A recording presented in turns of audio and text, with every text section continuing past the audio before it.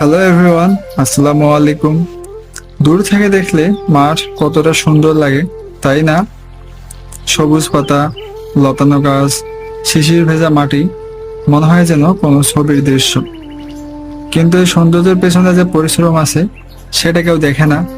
রোদে পুড়ে, ঘামে ভিজে, মাটির সাথে মিশে তবেই এই সবুজ টিকে থাকে। আজকে আমাদের শশা ক্ষেতের শশা উঠানো হচ্ছে, আর আমি সেগুলো মাথায় করে বাইরে বের করতেছি। এই গাছগুলো শুধু সবজি না, এগুলো আমাদের পরিবারের স্বপ্ন।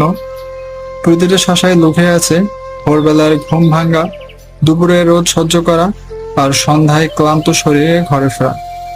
কৃষিকাজ কঠিন, কিন্তু এই কঠিন কাজটা আমাদের বাঁচিয়ে রাখে। মাটির কাছে থাকা মানে জীবনের কাছে থাকা। ভালো থাকুন, সুস্থ থাকুন, আর কৃষকের পরিশ্রমকে একটু সম্মান দিন। আসসালামু আলাইকুম ওয়া রাহমাতুল্লাহি ওয়া বারাকাতুহু।